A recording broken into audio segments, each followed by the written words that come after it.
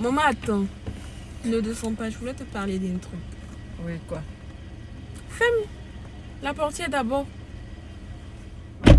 Maman, ces temps-ci là, ma fille de ménage là, mon mari l'appelle un peu trop. Genre quand je dis l'appeler, c'est-à-dire genre comme moi-même je suis assise au salon, il ne me dit pas ce qu'il veut.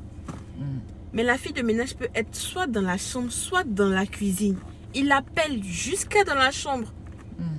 Ah, viens me donner du café, ou bien viens me servir à manger, ou soit apporte-moi une cuillère, apporte-moi de l'eau. En tout cas, je peux être assise juste à côté de lui. Il ne va pas me dire de quoi dont il a besoin.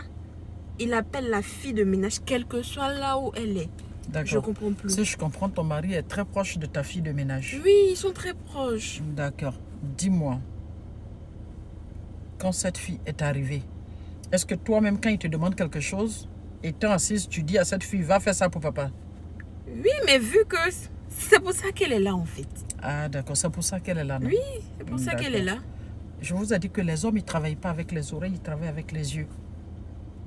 Dis-moi, est-ce que toi-même, tu aimes faire le ménage chez toi?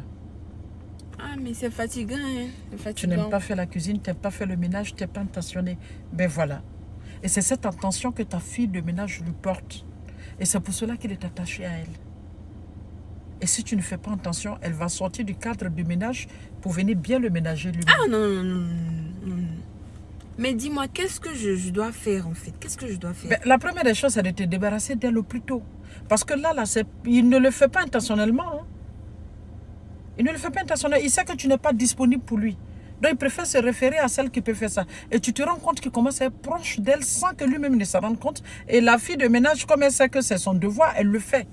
Et après, au moment où tu vas te rendre compte, ça va aller au-delà, voilà, de leur intention.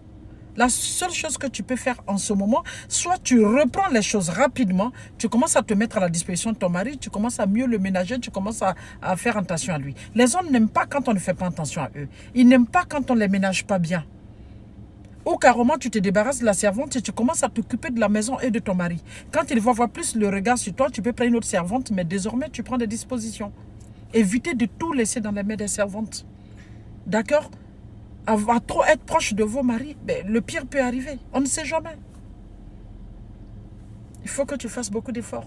Il faut que tu commences à t'occuper de ton mari. Au lieu de t'occuper de tes ongles, de tes cheveux, de tes yeux, je ne sais quoi, commence à t'occuper de ton mari. Soyez des filles attentionnées. Soyez proches de vos maris. Arrêtez d'être des filles fainéantes. D'accord? Voilà, vous êtes trop paresseuses. Ah!